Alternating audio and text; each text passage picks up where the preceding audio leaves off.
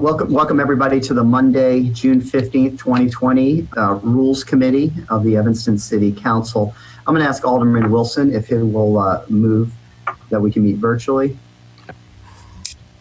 Good evening, everybody. In conformance with the existing executive order issued by Governor Pritzker, I move that we suspend the rules to allow us to proceed with our meeting using the Zoom software so we can conduct our meeting remotely.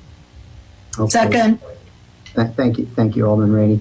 And I'm going to go over just a couple of the new Open Meeting Act requirements that just came down today. But one of those is we have to do a roll call vote on everything. So, Kimberly Richardson, could you just take the roll, please? Here. Alderman Fest. Here. Yes. Alderman Braithwaite. Alderman Braithwaite. Yeah, Present. just so we're clear, we're taking, when I say we're taking the roll, we're taking the roll on the vote on Alderman Wilson's motion. Got it. Okay. My line was muted. I'm here. And when? Mayor Haggerty. Aye. Alderman Simmons. Alderman Ravel. Alderman Suffredin. Aye. Alderman Ravel. Aye. Alderman Rainey. Aye. Alderman Fleming. Aye. Okay, great. And so I'm an aye. Oh, Alderman Wilson, sorry. Okay. Sorry, apologies. So for everybody that's watching from home, per the Open Meeting Act rules, given the pandemic and the state of emergency, this meeting has been brought to order virtually per those rules. Rules Committee, we don't usually do a roll call other than I'm going to call this meeting to order. We do have quorum. This is a committee that has 10 members of it because it includes the mayor on this. We have everyone except for Alderman Ruth Simmons, who couldn't be here this evening. Couple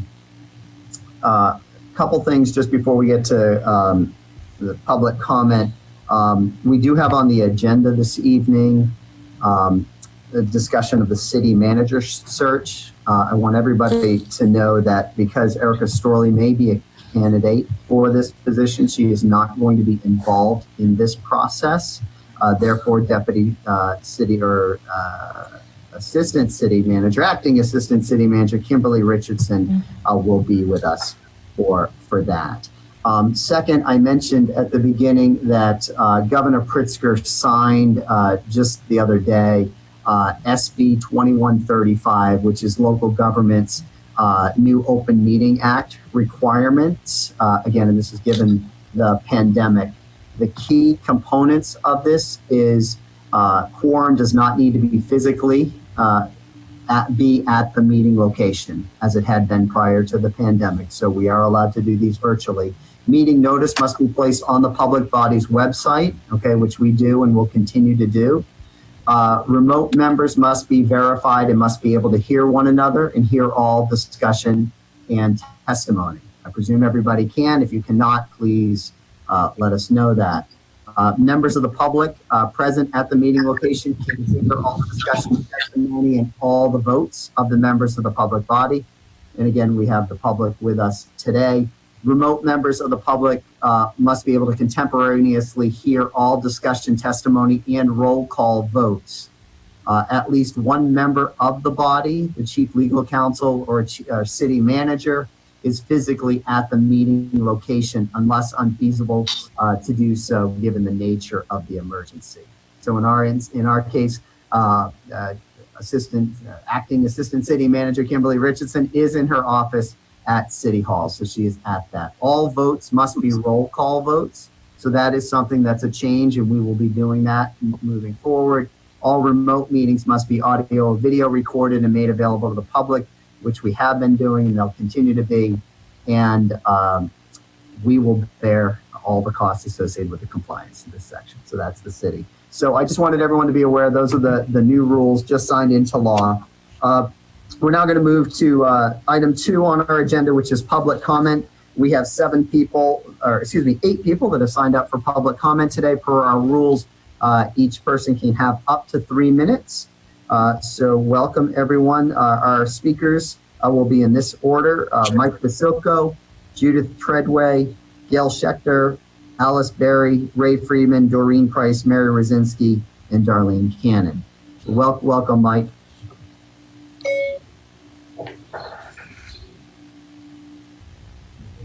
I'm first. You're first. Welcome, Mike. Thank you. So I feel strongly that, first of all, the process should continue. The search process should continue. I also feel the discussion should include some conversation about the process of whether it's a city manager position or a full-time mayor position. I don't think it's out of the question to consider that at this time, which is a change of government, and I'd like that to be discussed. If we're going forward with the HR Gov or GovHR, we need to make sure that the public, it seems like their schedule has us less involved than we should be involved in the process.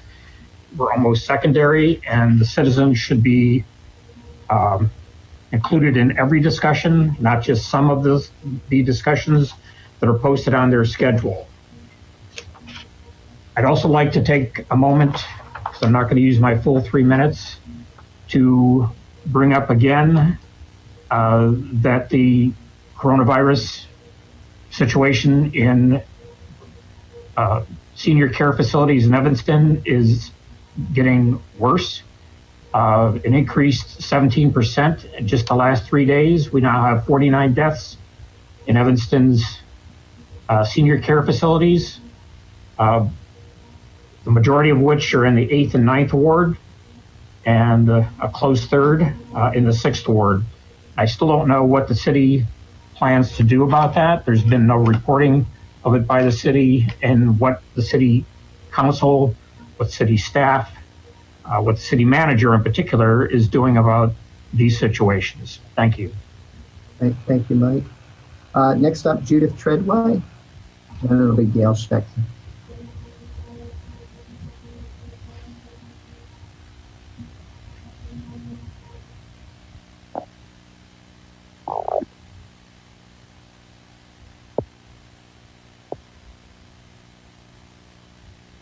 Can you hear us, Judith?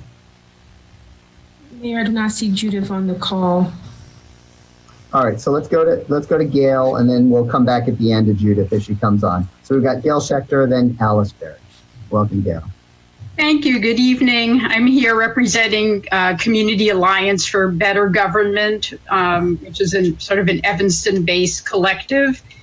I just want to start by saying that suggesting that we look at this as in a very, very positive manner. I think this is very hopeful that we're going into this, and I think that we should all, as a community, enter this with great positivity and see this as a time for growth and change in looking for a new city manager.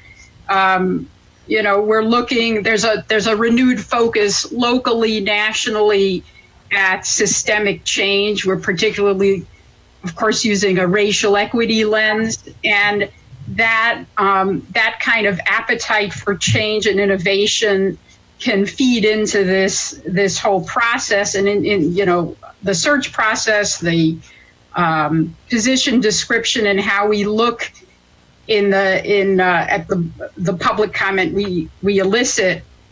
So I'm thinking that we should look at this as, or advertise this as, we're looking for a city manager who will help the community co-create a more desirable Evanston for all. And I wanted to also mention here that I checked, and Evanston's last comprehensive plan was done in 2000. So we're 20 years, we're probably due for a new plan. So I suggest that as the city, as GovHR puts together some questions for public input, that we can use this as an opportunity to get people's thoughts on what kind of Evanston do we want to live in, because there's a tie-in between the staff leader and the kind of Evanston that we're looking for as I assume this new person will lead us into the new comprehensive plan.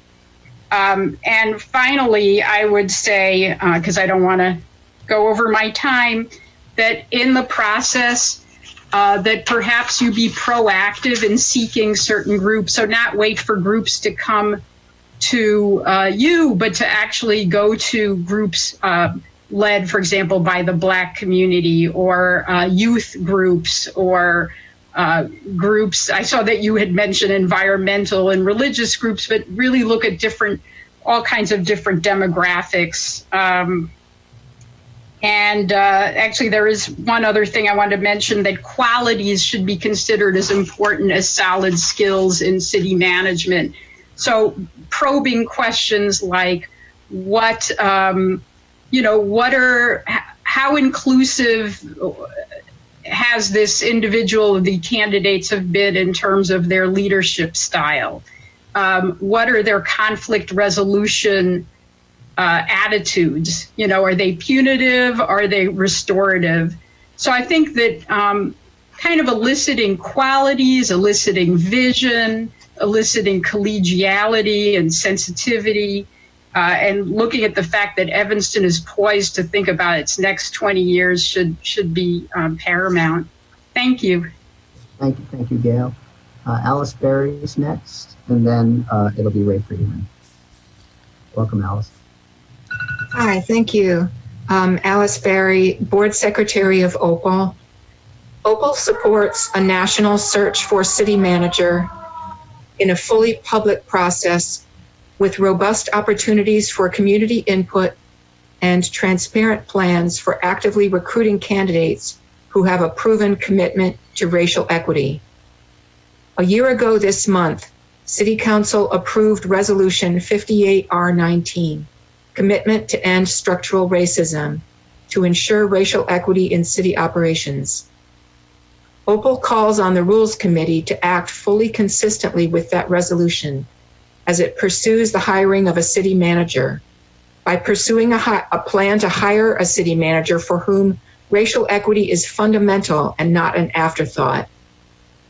After reviewing the search firm's proposal on the agenda, Opal would like to hear details on 1, the stakeholders to be consulted and how they are chosen so as to represent all voices in Evanston. 2, the survey to be used to gather input from the community and how it will be disseminated in order to hear from as many community members as possible.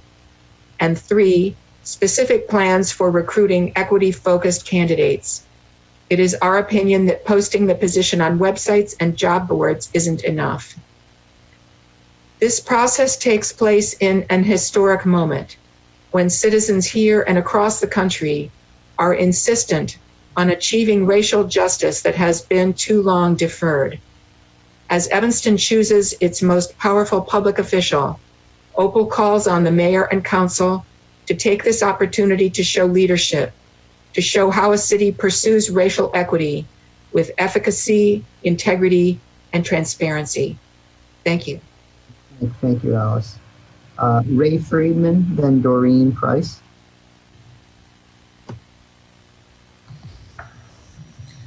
Mayor, I do not see Ray Freeman on the call. All right, let's go to Doreen Price, then Mary Wazinski.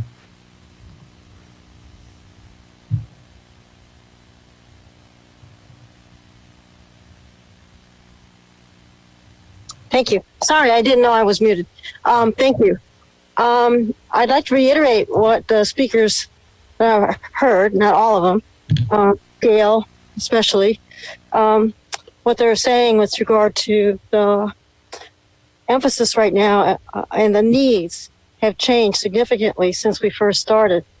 And in terms of the ability to do some of that's restricted in terms of what we're able to do, come together as a community, which makes the identification even harder. In terms of how we've done things in the past, we know they've been limited. And in terms of reaching, having outreach that extends to people who aren't always in these groups, I can't emphasize that more in terms of what I understand and what I've seen and witnessed, that we failed to include the people who need to be included, or they felt excluded in the past, and the outreach has to be more proactive. I can say that this process that you're going through right now is a good sign, because it says that you're willing to look at this. And I think the Rules Committee will make it clear that we need to update our priorities in terms of where we need to go as a community, and that the community will lead this. And in the past, we've seen things done in a way when the community hasn't taken the leadership role. It's been difficult in terms of trying to move to a better place. So if we want to move to a better Evanston, which we all love and we all want to have happen, we're here by that same bond, then I think we can get past differences and get to a better place if we kind of start where we are right now instead of where we were. Thank you. Thank you, Darlene. We got Mary Rosinski next, and then Darlene Cannon. Welcome. Hi. Thank you. Can you hear me? I just want to say I agree with everybody who was ahead of me, so I don't have to speak so much, especially Gail. I think she brought up a really good point about needing that comprehensive plan updated and everyone involved in it. Regarding the rubric for whatever we are going to be evaluating, our evaluation criteria, that's critical because we have this huge budget deficit. And I think we would all like to hear, in all of America, there's a lot of people out there who probably have maybe suggestions who are from similar communities. Erica may turn out to be the best, but I'm glad we're going to proceed with really reaching out and getting suggestions and getting new viewpoints on how to approach our huge deficit and how we become a more inclusive community. The other thing I wondered about was this morning when I was looking for just the agenda to make sure I knew what time, I just want to point out that this meeting was not on the front page of the city website. I did talk with Lou, and I think it's corrected now. But I think one of the things is we have to be able to make it really easy for someone to go to the website, see what time the meeting starts, and then the links didn't work. And it took me, I had to go like 5 different places to get the agenda for tonight's meeting. So that's what I'd like to say. Just let's make sure that that is working and that we have really good qualification criteria that we're looking at, and that everyone is able to participate through their alderperson, through ward meetings, whatever, to gather that information. So thank you for your time. I'm done. Thank you, Mary. And hey, Luke, can we take Mary's recommendation there too, and just let's make sure everything's working, especially because we have to do these meetings virtually. We need to make it really easy for people to know when these meetings are taking place. Yeah, there was an issue with it wasn't on the homepage, and we did get that corrected later this afternoon. Thank you. How about Darlene Cannon? Is Darlene with us? Yes, I am. Thank you. Good evening. Just really quickly, I agree and support everything that all the previous speakers have said. And I just wanted to reiterate that I'd like to see a national search for a city manager as promised to the community. And with that national search, we'd like to have community input. And I'd like to see a diverse candidate selection, especially given Evanston's history and current and previous history of systemic racism. I'd like to see a city manager who is fiscally responsible, given the current budget crisis crunch we're in. We should not be in a position that we are issuing bonds in order to run the city. Ideally, I think we need to have a candidate that has a finance background. It's always a plus. And lastly, a city manager that understands and respects the need of the community, and he or she will make decisions with an equity lens. Thank you. Thank you, Darlene. All right. Just before we wrap up public comment, then I just want to make sure Judith Treadway, did she come back by chance online, or Ray Friedman? Okay. All right. Well, thank you, everybody, for coming out and speaking at public comment and sharing your thoughts on the city manager search. We're now going to move to item 3 on our agenda, which is the approval of the minutes. Alderman Nguyen, could you move this item?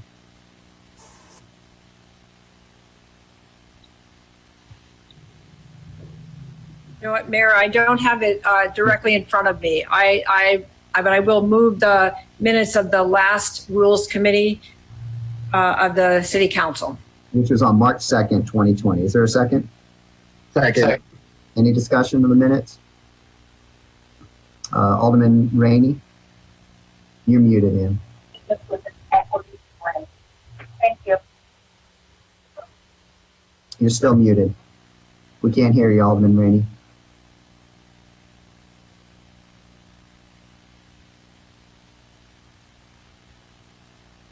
We still can't. There we go. You go. I think she said the minutes of the city council meeting, they're the rules committee meetings. I thought I said Rules Committee, but that's okay, and I accept a change. All right. Any discussion of those minutes? I might be wrong. All right. Seeing none, Deputy City Clerk or interim acting city. That's okay. Miss Richardson. Miss Richardson, take the roll, please. Can I please? Okay. Alderman Fisk. Aye. Alderman Braithwaite. Aye. Alderman Nguyen. Aye. Alderman Wilson. Aye. Mayor Haggerty. Aye. Alderman Suffredin. Aye. Alderman Ravel. Aye. Alderman Rainey. Aye. Alderman Fleming. Aye. All passed. All right. Thank you. So the minutes have passed not on a 10-0 vote. All right. Alderman Rainey, could you take us to just introduce for discussion R1? Yes, R1. Thank you, Mr. Mayor. This is an updated Evanston City Manager recruitment schedule by GovHR USA.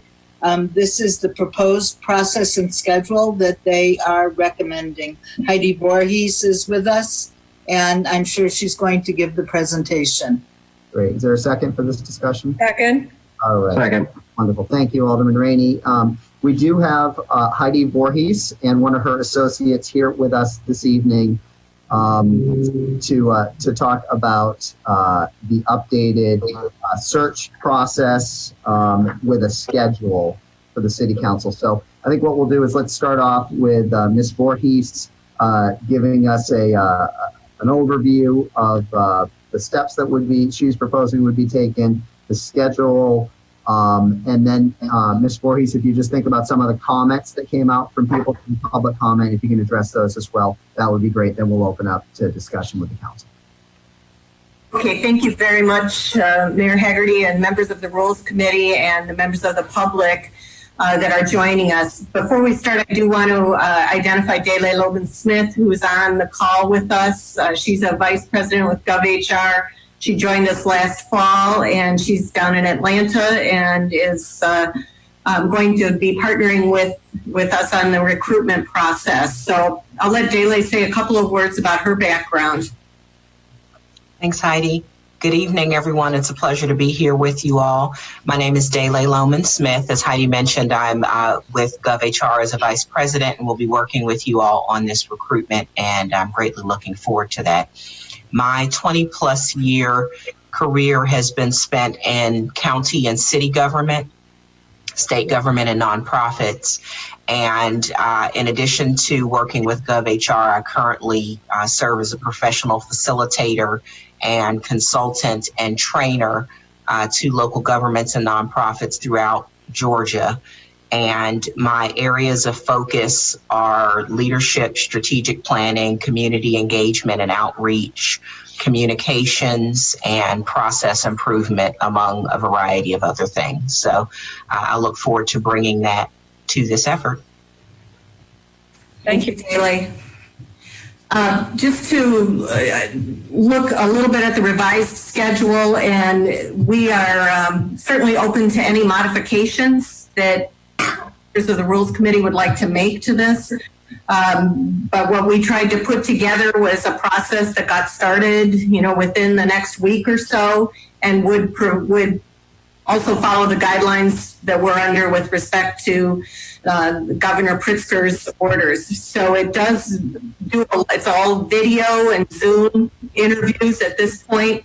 And what we would propose is, of course, doing individual meetings with each of the members of the city council. We would also like to have a wide variety of stakeholder group input, and we tried to capture as many categories as possible. You know, there's probably more, especially organizations that have cropped up in the last several weeks.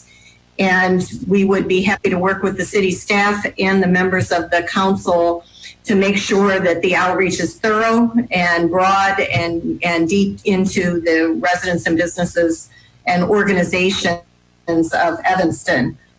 So we would set a schedule to do that. And we also think it's important to have some general open evening Zoom meetings for anyone who wants to participate. And we would work with the city on pushing that out and making sure as many people are aware of it and can participate as possible. So that we anticipate a couple of weeks of doing that.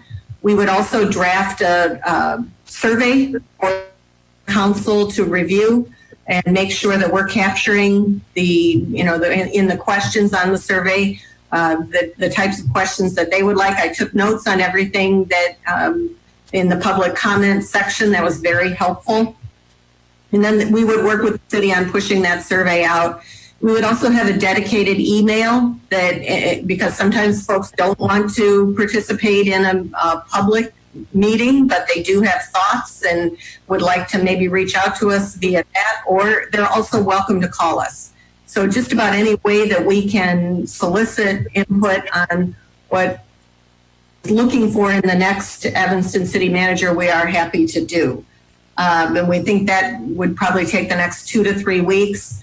We will use that information to draft the recruitment announcement and the fuller recruitment brochure, which would be again approved by the members of the council and the mayor's office, and anyone else that they deem should weigh in on that. We do extensive outreach of candidates. Not only in the obviously we do the traditional sense, and we listed a number of the websites that we would reach out to. We also have a database of public officials across the country that data belong to, and it's updated quarterly, so we can use that as an outreach. We make heavy use of social media. So using social media helps us tap into potential candidates who maybe aren't in the city manager world, but have the kinds of skills and abilities that might be appropriate for the position. So we try to do the outreach in a wide variety of ways.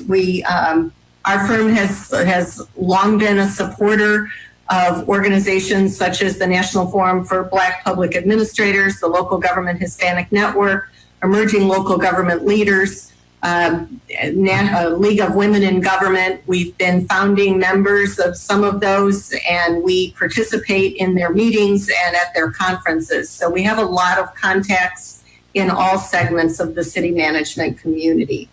So we will use all those methods of outreach in order to ensure that the candidate pool is diverse and representative of what the city of Evanston is seeking. So I'll stop there maybe and see if there's, that's a lot of information I know very quickly. And I'd be happy to answer any questions. Basically, if we're looking at the packet and everything, what you just covered, Heidi, was the first several weeks in terms of all the outreach and everything, ultimately drafting a position announcement, a brochure, sending it to council members to get their review before it's posted publicly. And so you're asking about questions or comments that people have. It could even include, just for council members, certain groups that you want to make sure that they work with. Again, you're going to have a one-on-one meeting with each of us, right? So we'll be able to provide you input. Absolutely. And I want to emphasize that this is a partnership and a fluid process. If you think of something tomorrow, that you want to relay to us, easily accessible. Everything is via Zoom, but I live in Chicago. Daly's in Atlanta, but we're doing everything electronically, and we are, available to talk with you at any time.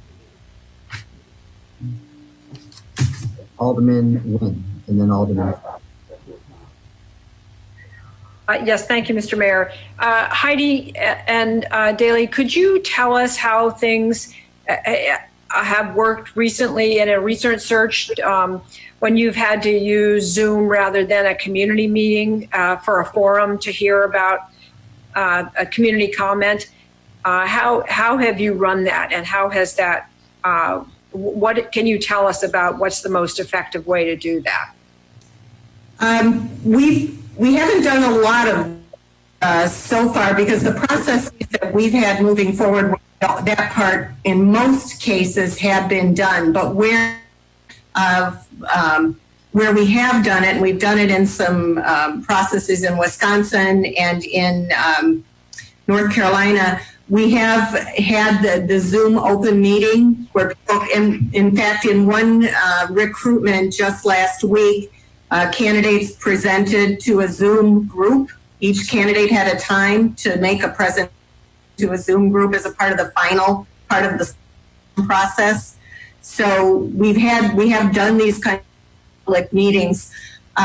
We've done, presentations, and, it depends on the state, because the open meetings requirements vary by state. But we have done that, and it's gone as well as that sort of thing can go. It is limiting, but it's what we have to work with. Mm-hmm. Okay, thank you. Alderman Fleming, then Alderman Braithwaite.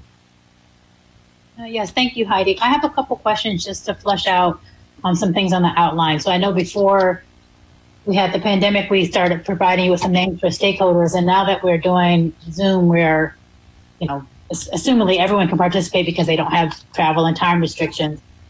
My suggestion would be for the stakeholder meetings that I would like to see us use as city council members, maybe if we're going to do one or two of those, but each city council member recommend one or two people from their ward. I know that traditionally we've, talked about nonprofit leaders and so on and so forth. But as you know, Evanston is a very unique and very vocal community.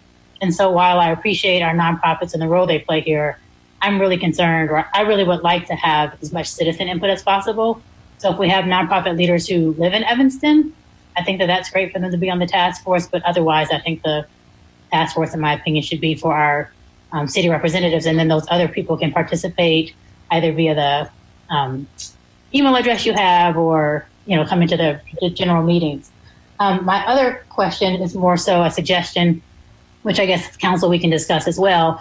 But have you done other searches where you've had staff input? So I know you have the email address, which I guess anyone can use.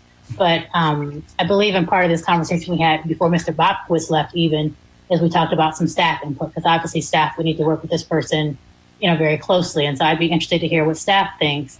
And they might not be comfortable doing that on the Zoom public meeting, or even, using their name in an email address. So I would like us to do some kind of, Survey Monkey or something where the staff can participate freely, to just give their input on what they would like to see as qualities for a city manager as well. And we have done that. We have done staff surveys. We've also had staff participate in the general survey. I just am in the process of concluding the city manager recruitment in Virginia Beach, Virginia, and that included a survey that had that the staff also participated in. So I think that's an excellent idea and important. And do you think you can get that up in the same time frame you have all the other things going? Mm-hmm. Absolutely. Thank you. Alderman, were you suggesting, because I thought this is I think it's a really interesting idea. Were you suggesting that in addition to these focus groups with representatives from the business community, the faith community, nonprofits, all of that others, that each alderman identify 2 people in their ward, and that also be a focus group? Yeah, I mean, honestly, I would suggest our constituents more than the nonprofit leaders, because they don't live here, right? And so obviously they're important to our community. Dave Davis of Northwestern is important, but those people really have to work with whoever we as a council decide is the next city manager, right? And so I think our residents have been very vocal about wanting to have as much participation in this as possible. And so while the residents can come to just a general town hall type meeting. I think to identify residents, whether we do 1 or 2 per, ward, and even the mayor, can identify people. I think that really shows that we're listening to our constituents, that we see them as really important voices here, not so much that they have to participate in these larger groups. And then we have, folks who maybe work here but don't live here get to participate kind of in a more selective, more intimate fashion with Heidi. I don't know why we wouldn't give that same, credence to our residents. I like the idea. I like that idea a lot. Not at the exclusion, to me, of nonprofits or businesses or whatever. Even if they don't live here, they interact with us a lot. But I think it's a really a great idea. So in our conversation, before you go there, though, so just for time, because I know we're trying to keep this all into also kind of a condensed thing. So before we talked about, I think 1 or 2 focus groups, I can't remember, but could we do one? And this was, Steve, I'm going way back to when we were emailing back in March and giving names to Jen Lynn. But could we do 1 focus group with those business, whoever they are, and then either 1 with people we nominate or 2 with people we nominate? I don't know what Heidi's capacity is, but I'm assuming with everything being Zoom, it's a little bit faster, easier to coordinate. Sure. And Heidi, why don't you elaborate? Because I thought it was you were going to do multiple focus groups with all these sort of different groups. Yes, that was the intent. And we've done this before because sometimes when you have a blanket invitation for people to show up, it doesn't go as well. So it's better to, you can do that, and I think we should. But it also is nice to say to, some service organizations or whomever, or university or, those kinds of groups, say, we're going to have a dedicated, time to meet with you. And then we'll have and so that can be any grouping you all decide. And we can do that. We can do multiple groups. So it doesn't have to be 1 or 2. I would suggest it could be, 8 to 10 plus the 1 to 2 people per ward. Great. Great. Thank you. Alderman Braithwaite. Thank you, Mr. Mayor. Before I get started with my comments, I agree and support both what Alderman Fleming and you shared in terms of the ability to add residents. So I think that's a great idea. And then to Heidi, and I apologize if I missed this, how many city manager searches have you performed virtually? Was my first question. We are just concluding one. Personally, just concluding one in Virginia Beach. That was, but it were actually done in person, so it wasn't a virtual process. And our firm has done a couple in Wisconsin. Some of these things were in process, so we were finishing them virtually, I guess. Sure. But we've had a couple that have gone forward completely virtually in Wisconsin. In Wisconsin. And just out of curiosity, what was the size of the towns? And if you can give me an idea of how many virtual meetings, just so I can get my head around it. It is not comparable to what Evanston would do. I'm sure. Yeah, I can't think of I can't pull the population easily, but I think this is going to be unique to Evanston. To say the least. I agree. Yeah, and the other thing I neglected to mention, you made me think of this, is Dele had a great suggestion about doing a Twitter chat, and it's something that she's done and that we have not done before. I'll let her explain how that might work for a defined period of time. Sure. And then the last thing, and I can make these comments either now or at a later date. Prior to starting this process, I had asked, our council, our mayor, for time to provide feedback from what my residents feel are the most important priorities for a city manager as you are going out and creating this process forward. So I could either share those now or hopefully give folks time to think if they've either had an opportunity. I think Alderman Rainey also met with her residents, but I just want to, keep my accountability in terms of presenting it to the council to hear what members of the second ward shared, and also for you to know as you are going out and creating the criteria and screening And we would be happy to have that. When it might be easier when we do the one-on-one with you, but we would definitely love to have that. Okay. Sure. Okay, let's go. Dayle, you want to describe the Twitter concept, and then we've got Alderman Sufford and then Alderman Fisk. Sure. I won't go into a tremendous amount of detail. It is a format that's been around for a little while and has gained some popularity in recent years, as I'm sure we can imagine. But if the city has a dedicated social media coordinator, then we can work with that individual to strategize around this, identifying the best time, identifying the audiences that you would be seeking to engage, and coming up with your outreach timeline, a hopefully short and snappy hashtag that would be used to sort of guide the conversation, coming up with the questions as well as the goals.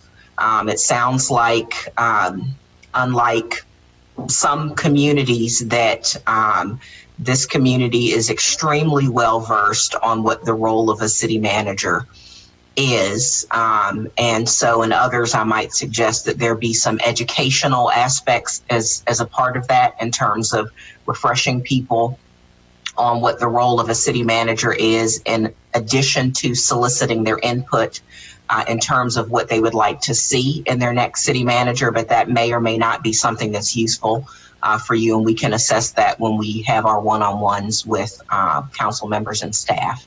And we can go into more details. There's a whole plan and approach that we can follow that we'd be happy to help you through. Great, thank you. Alderman Sufford in? Two questions. One, is our survey that was created in March ready to go, or do you think that there needs to be modifications made to that? I am sure there are modifications that need to be made. So we'll resend it to you all. Okay. And then, so would you anticipate, like, if there were a meeting with Northwestern, would that be a public meeting, or would that be a conversation just between GovHR and Northwestern?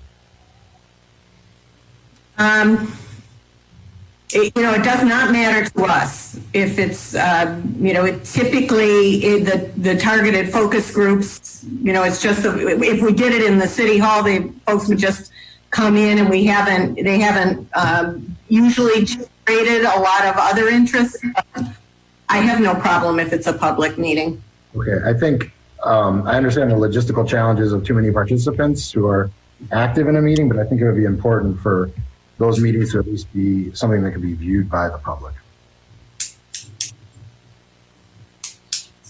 I'm not sure personally, I'm not sure I agree with that. I mean, we have consultants come in and do all sorts of things around here, and we don't open them all up to the public. So I don't know. I guess I just personally need to think more. For me, I need to think more about it. Northwestern doesn't ask for our input when they make hiring decisions. I think I didn't hear you, Tom. What? Northwestern doesn't ask us for our input when they make decisions. I think if we're going to ask for their input, we should do it so the public can observe. I don't know. I disagree with that. I mean, Northwestern's come to me before and asked for my input on things. In a public setting, or not in a public setting? Yeah. Would you anticipate if they were to get a new president that they would ask your opinion on it? I wouldn't be surprised if they get a search for a new president that they wouldn't ask for the opinion of whether it's the city manager. Yeah, they will. People here, yeah. They do. Yeah. I mean, what I don't want to see happen is we've got all sorts of groups, whether they're the suggestion of the 2 residents per each ward for the faith community or nonprofit, and all of a sudden saying these are public meetings and we're opening them up to anyone else. We're going to have public meetings as part of this process for anyone else. I think they've got a couple of those scheduled. All right. My position would be that if there was a meeting with Northwestern University about who should be the next city manager of Evanston, the public should participate in that. You're obviously... Okay, but I guess I want to make sure we're not asking Northwestern who should the person be. We're asking Northwestern, what do you think is important in the city manager? Isn't that what we're asking these different groups? Right. That's what I heard, what they had to say. And I think members of the public would as well. Can I clarify something there? So Heidi, when you do these meetings, I know you compile a bunch of information and kind of bring it all back in a package, but do you ever, this is a very, as you see, engaged town. And so kind of how do you decipher all that when it goes back into the hiring package? Or do you just say, from all of our meetings, this is kind of the summary of what we heard? Yeah, even though it is an incredibly diverse group of stakeholders, there are typically common themes that emerge. And then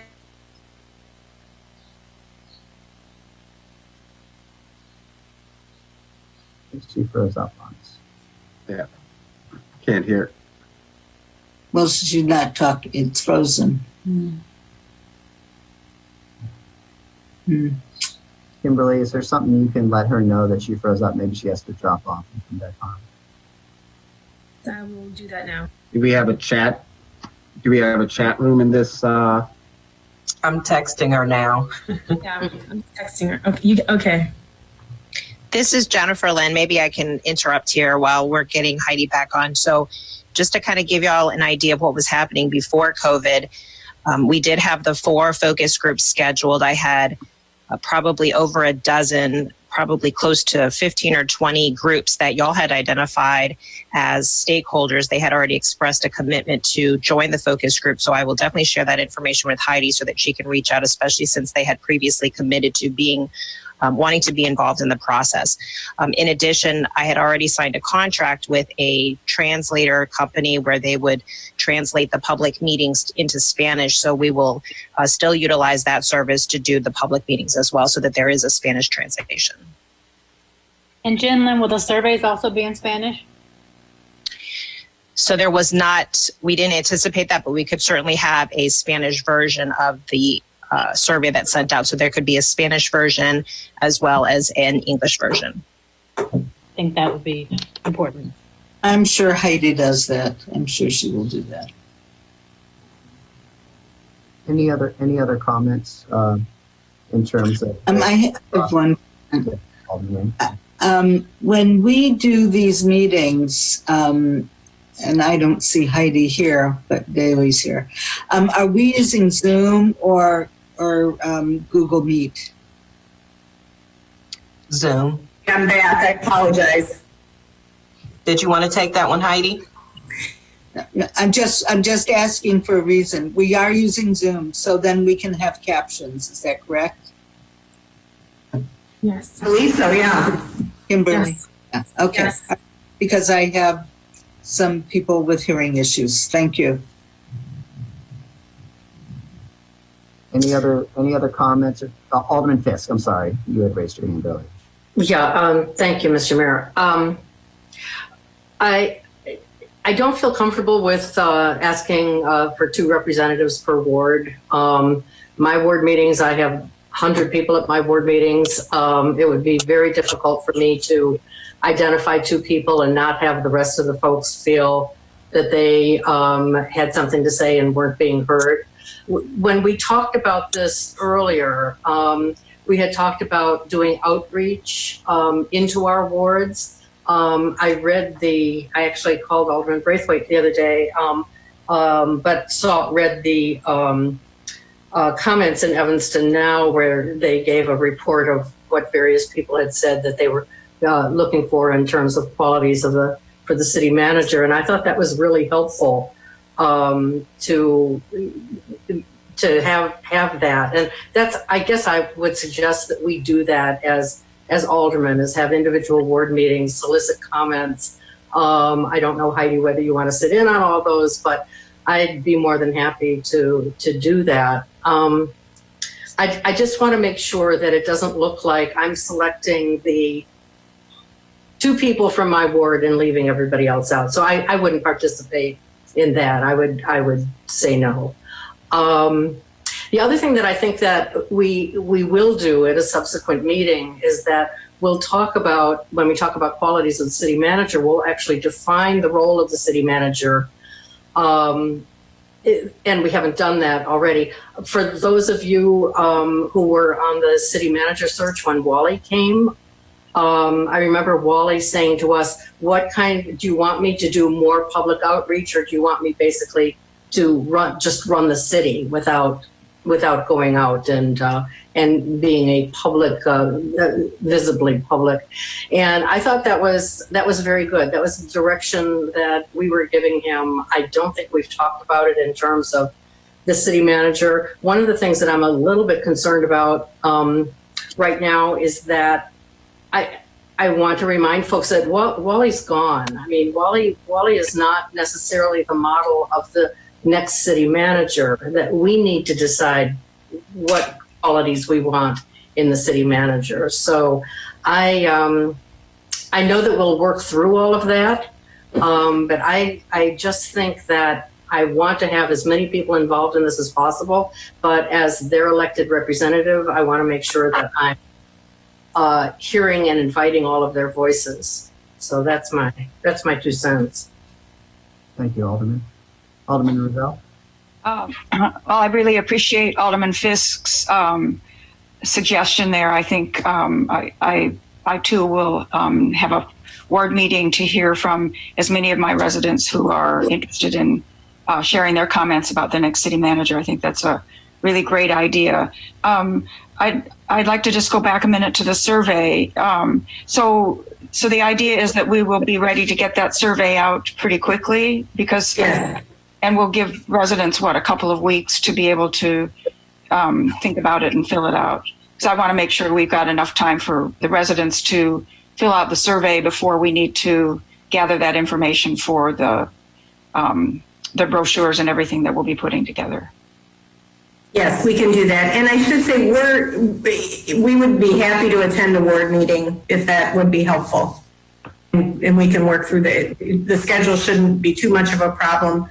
Mm-hmm. I think one of us should be available. Mm-hmm. Oh, it seemed from the write-up from Alderman Braithwaite's ward meeting that was pretty detailed, I thought. So, obviously, certainly welcome to attend my ward meeting, but if you can't, I think we can get a pretty good write-up of residents' comments. Okay, whichever you would prefer. Alderman Braithwaite? Thank you. And I guess I'll share, because I'm sure I have some members that attended the ward meeting on this call. It was actually a very productive meeting, and I want to compliment all those that participated. It lasted approximately an hour. I shared quickly the top 3 responsibilities that I have, which are voting on a budget, voting on legislation, hiring a city manager, and of course responding to my residents. And then from there, I shared my top priorities as it relates to the issues that I feel are top of mind for the 2nd ward. And then after that, I also shared the various committees that I sit on, with the point being that whoever this person is, these are my passions as it relates to the needs of our ward. And then the real simple, which is no surprise, priorities that came out of the meeting. Equity lens was very important, with the ability to conflict resolution. Budget, fiscal responsibility was the 2nd. Someone who is familiar with leading college town, as well as proximity to a big city. And then my residents mentioned the survey, so I'm glad that we're discussing that now. And then finally, just someone who's going to be objective. And those were the top 6 areas of concern. And I'll pass those notes around, and I share that I feel the 2nd ward is the most racially and economically diverse ward. So my assumption is you will probably hear the same thing citywide, but I guess you'll collect that information later, and thank you all for giving me an opportunity to share. Thank you, Alderman. And Heidi, I want to reiterate what I said up front, but I want your perspective and you to share with the council and the public. So if there's an internal candidate who may apply for the job, and that's Erica Storley, who's our interim city manager. I want to make sure that that it's clear in the process that she's not involved with figuring out who these focus groups are and everything else. So can you talk to us about other communities? Because we're not the first, I'm sure, where there's an internal candidate that may also apply. And there could be even more than just Ms. Storley. Right. Absolutely. And whenever it's actually fairly rare that we work with either the interim or the current city manager. We typically work with the human resources director or an assistant. We have a point person, and that is the person that we work with. Just for the reason you cited, you can have internal candidates can come from any point in an organization, and we want the process to be fair and transparent. So an internal candidate goes through the same paces as any external candidate. And we would not have any contact with them regarding the process. The only contact we would have with them is as a candidate. Okay. So I guess to the two city employees, just to make sure, because the two that we have working closely with you is Kimberly Richardson and Jen Lynn. I just want to confirm that from either of you that you're not planning to apply for this job. No, Mayor. That would be a no.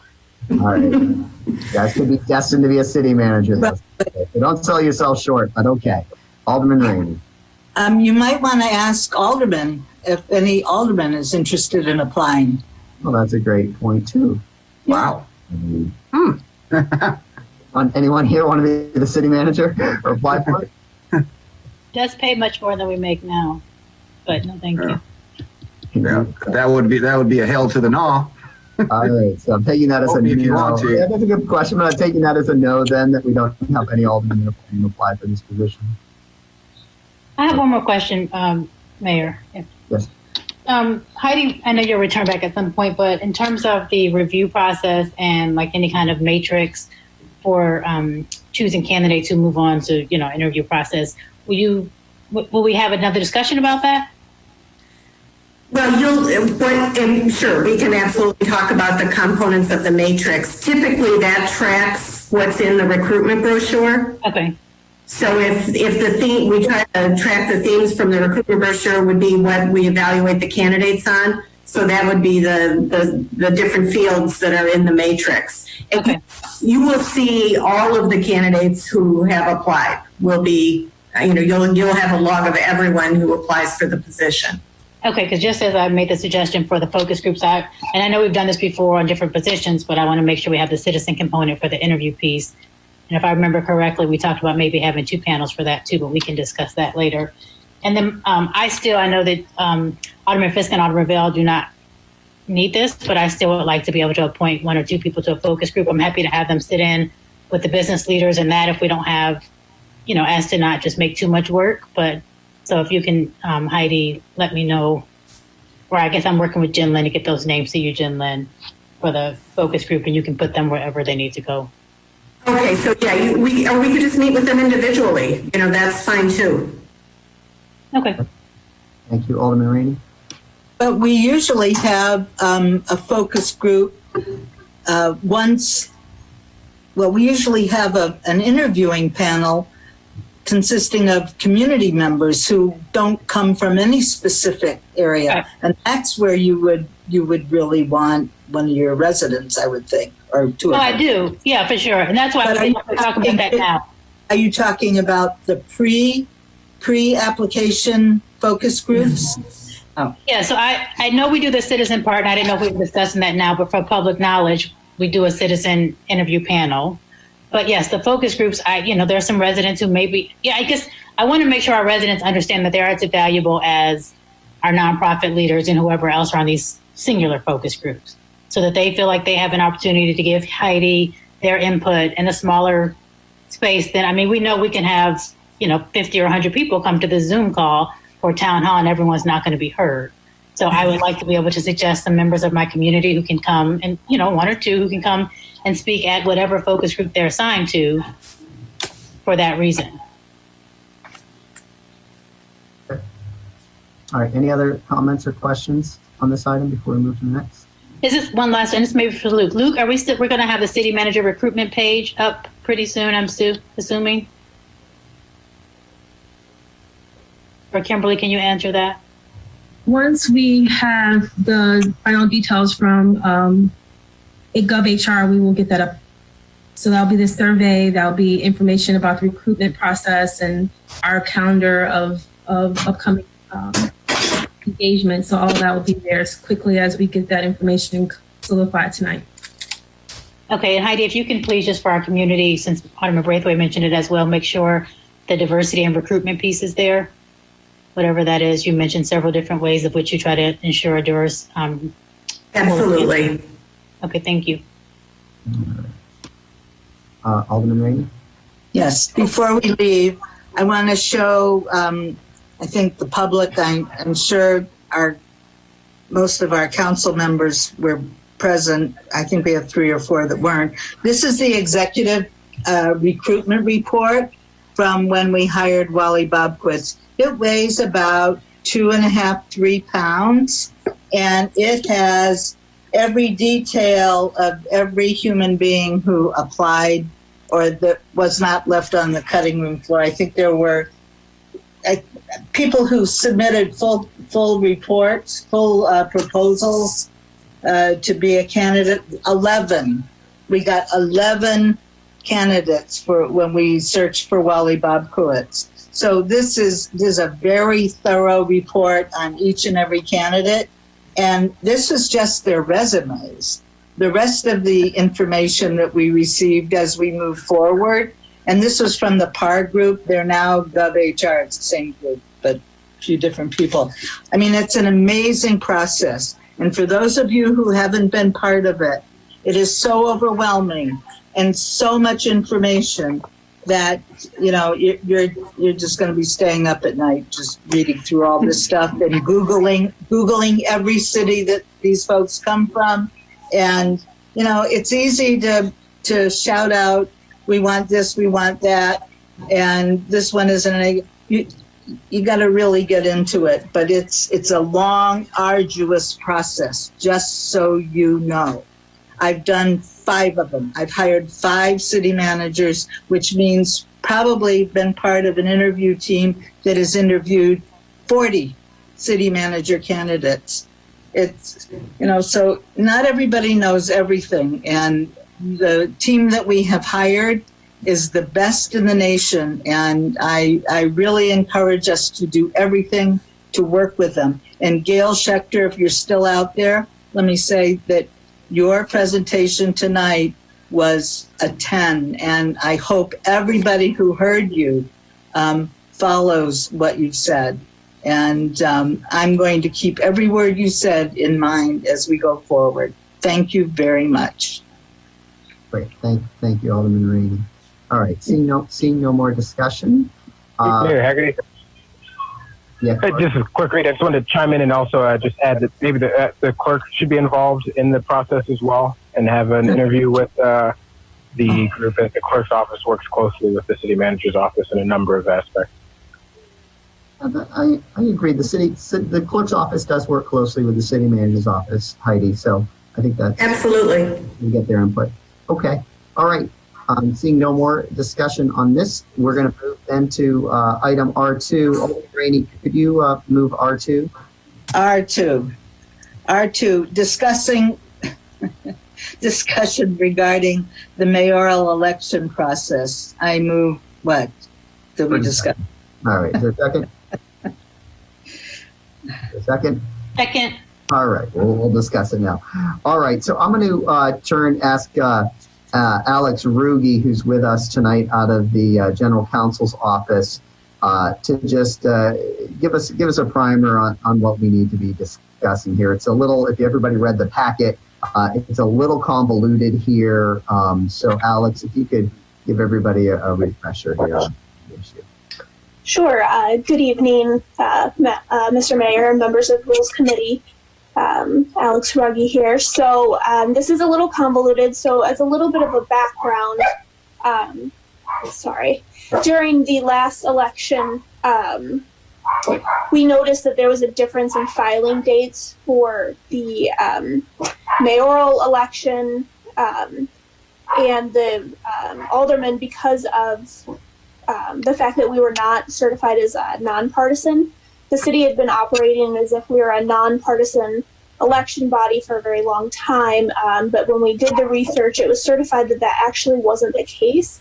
So previously, as you all recall, we passed a resolution and placed the referendum on the March ballot to certify that Evanston is a nonpartisan election process, and that passed, I believe, by pretty significant margins. So now we can move forward knowing that we're going to hold a nonpartisan election.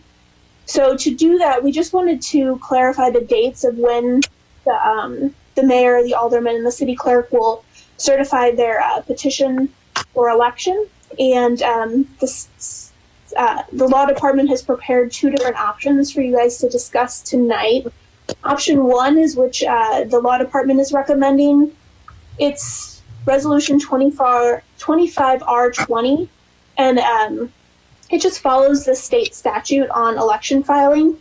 So it specifies that the petitions will be given to the clerk's office not more than 99 nor less than 92 days before the consolidated primary. And so the reason we're recommending this resolution is because it's in compliance with state law. That way, if state law changes or the mandates of state law and the timing change, we're still following the state law. So that way there would have to be no changes for city council to go ahead and do that. So that's what we would be recommending. That can be done by resolution by the city council.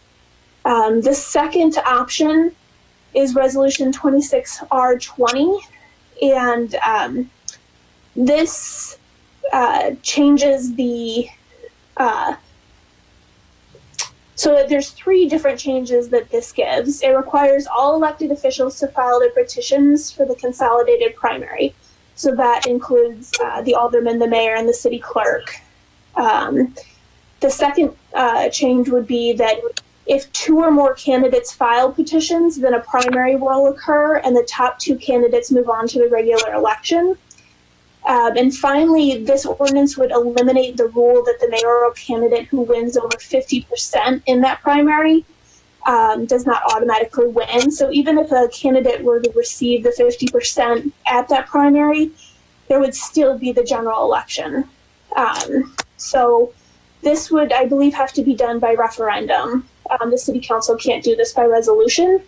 And it makes the timing of all the filings a little bit different. So that's why the law department does recommend that the city council just follow state law. It's simple, it's clean, and it clarifies the process to be in conjunction with the state statute.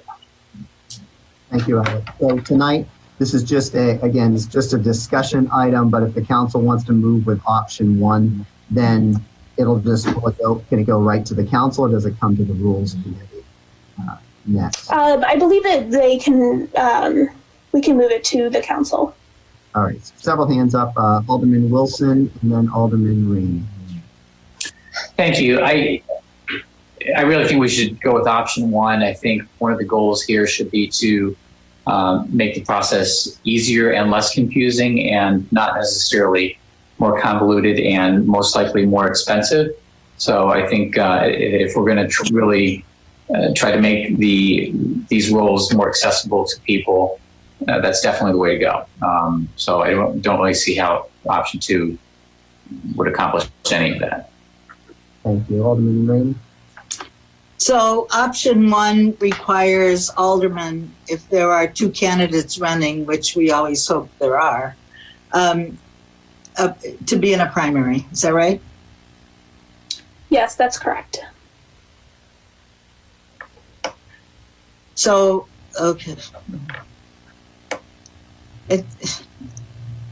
We're talking about equity. That really rules out a lot of people who don't have all the money to run into elections. It's, I can understand if 3 people are running. That might be different, or 5, or as it was before, more than 4.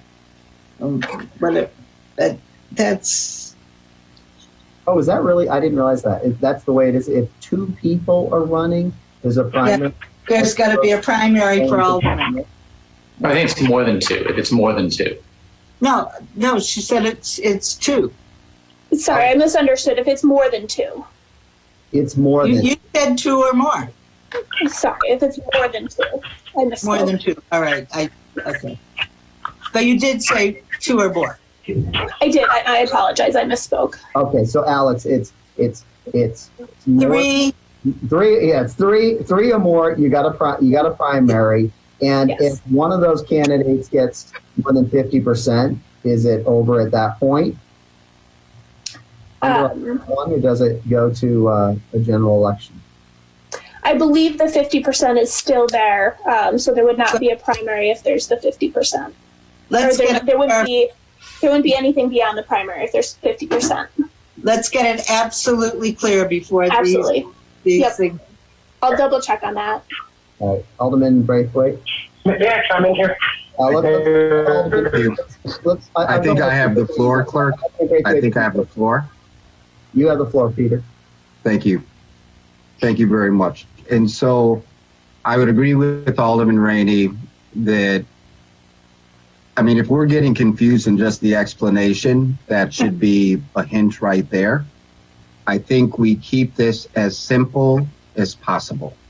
First of all, if someone's interested in running, God bless them, number one.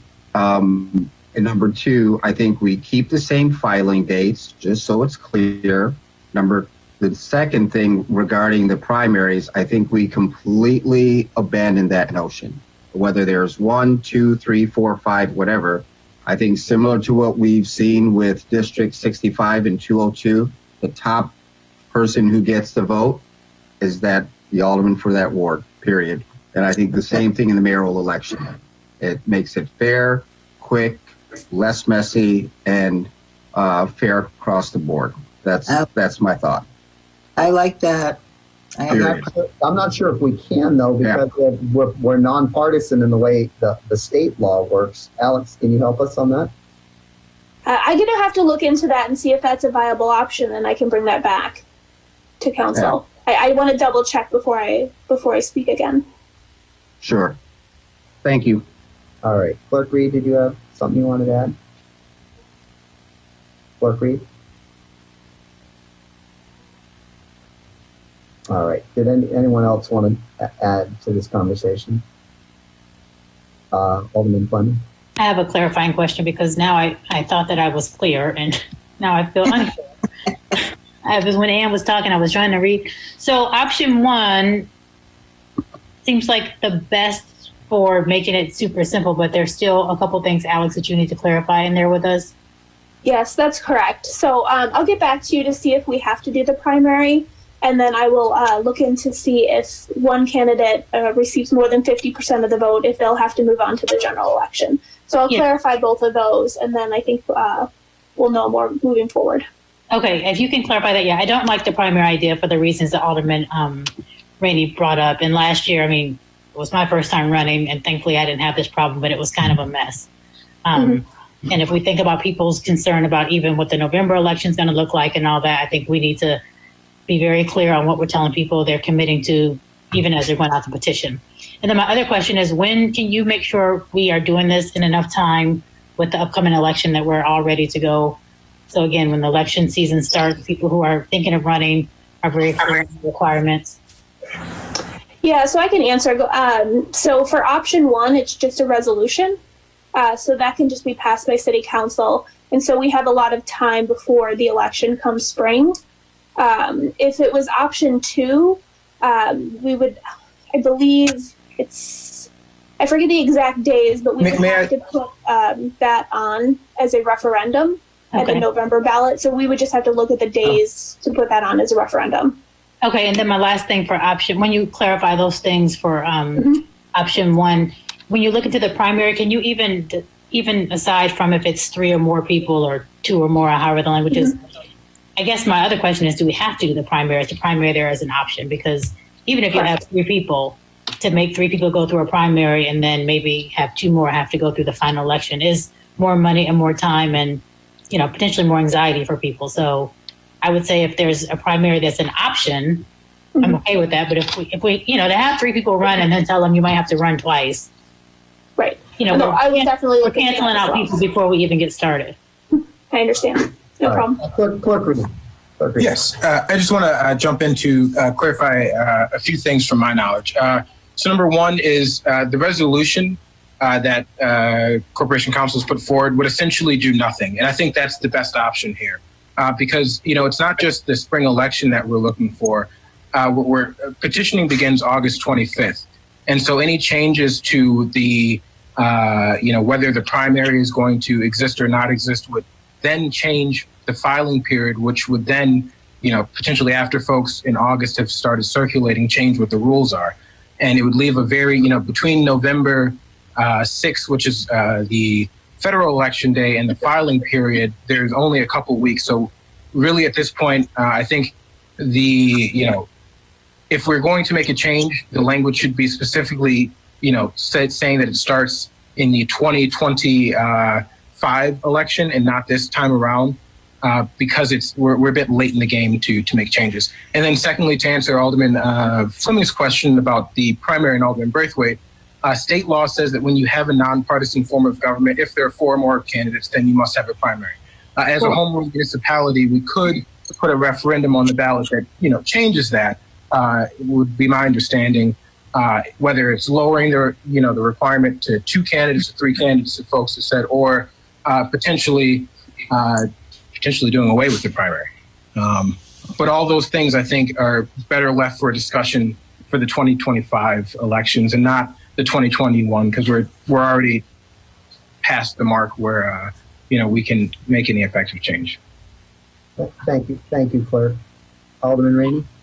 So we're confirmed then, and Clerk Reed yes, just said that it's 4 or more candidates. We activate a primary at alderman. Yeah, at the aldermanic level. For mayoral candidates, yeah. Right. So if there are 3 candidates running, we just go and run in April, right? You just go and run in April, yes. But let me, sorry, go ahead. I just want to be clear that everyone is filing as if they're running in the primary. Exactly. I get that's perfect. I vote for option 1. Right. Plus, I think what we're trying to do here with option 1 is put the mayor, align the mayor with all the other. Well, no, you can't do that by a resolution. So whenever it comes to the manner of the selection of an officer, it has to be done by referendum. So if we want to change the mayoral primary, that has to be done by referendum. It can't be done by resolution.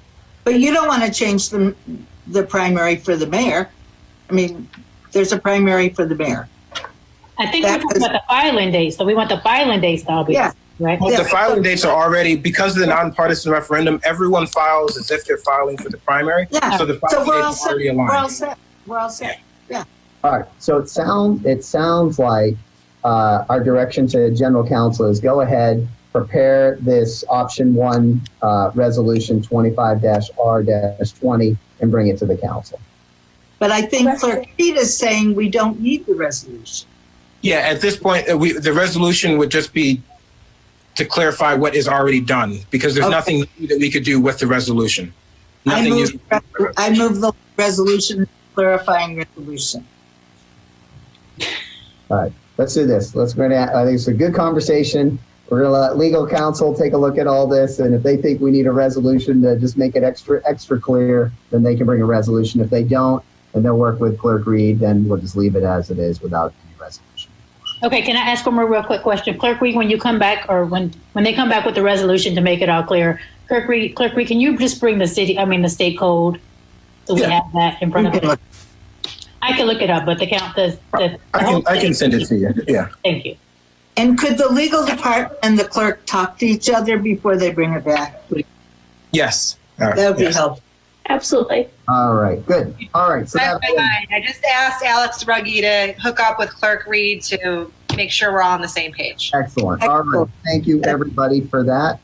Clerk Reed and Alex and everybody. All right, we're going to move to then the final item on the agenda. So, Alderman, let's see, Braithwaite, can you just move that one, R3? We can't hear you, Alderman. You're talking. You're muted. All right, you're muted, Peter.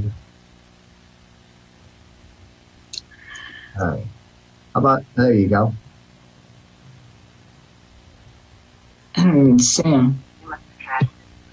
Peter? Sorry, I was on another call. Did I miss something? Oh, I was just going to have you move R3. Not you. The FOIA update. I can move it, Mayor. I'm sorry. All right, well, go ahead. Do you mind? I'm sorry. That's fine. We just need to move it. Yep. Yeah, I move R3, which is the clerk's FOIA presentation for, I guess it's just for acceptable file, right? Accepting and placing on file. Because the presentation's already been made. We saw the presentation the other night. So this is accept, place on file. Is there a second? Second. Any discussion? All right, seeing none. Kimberly, could you just take the roll then to accept and place this on file? Alderman Fisk? Aye. Alderman Braithwaite? Aye. Alderman Nguyen? Aye. Alderman Wilson? Aye. Mayor Haggerty? Aye. Alderman Sufferton? Aye. Alderman Ravel? Aye. Alderman Rainey? Aye. Alderman Fleming? Aye. All right, so the FOIA update, which was presented by the clerk at the last city council meeting, has been accepted and placed on file. We're now going to move to any new business. Okay, Alderman Fleming. I have a referral. Is that new business? Yeah, that could be new business, sure. All right, thanks. I'm having a ward meeting on Saturday at 9, just an announcement. Also, condolences to the family of Jasmine Waters, Evanston resident who passed away a couple weeks ago, I think now. And then I have 2 referrals. One is I would like to make a referral for council. The Chicago City Council is looking at extending a moratorium for evictions. Since the state moratorium is coming to an end, I'd like to have us look at an ordinance to do the same thing for 30 days, extension on the moratorium. I'm sorry, I didn't catch that. Sorry. What is this? Moratorium. So, the state has a moratorium on evictions now through the corona. Yeah. So I would like us to look at extending by 30 days. The city of Chicago is looking at extending by 60 days. We are able to.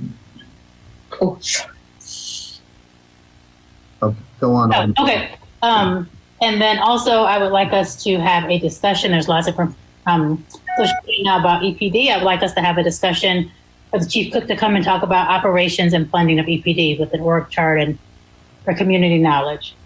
All right, great. Okay. We got those. Kimberly, you got those referrals? Okay, any other new business? Alderman Rainey?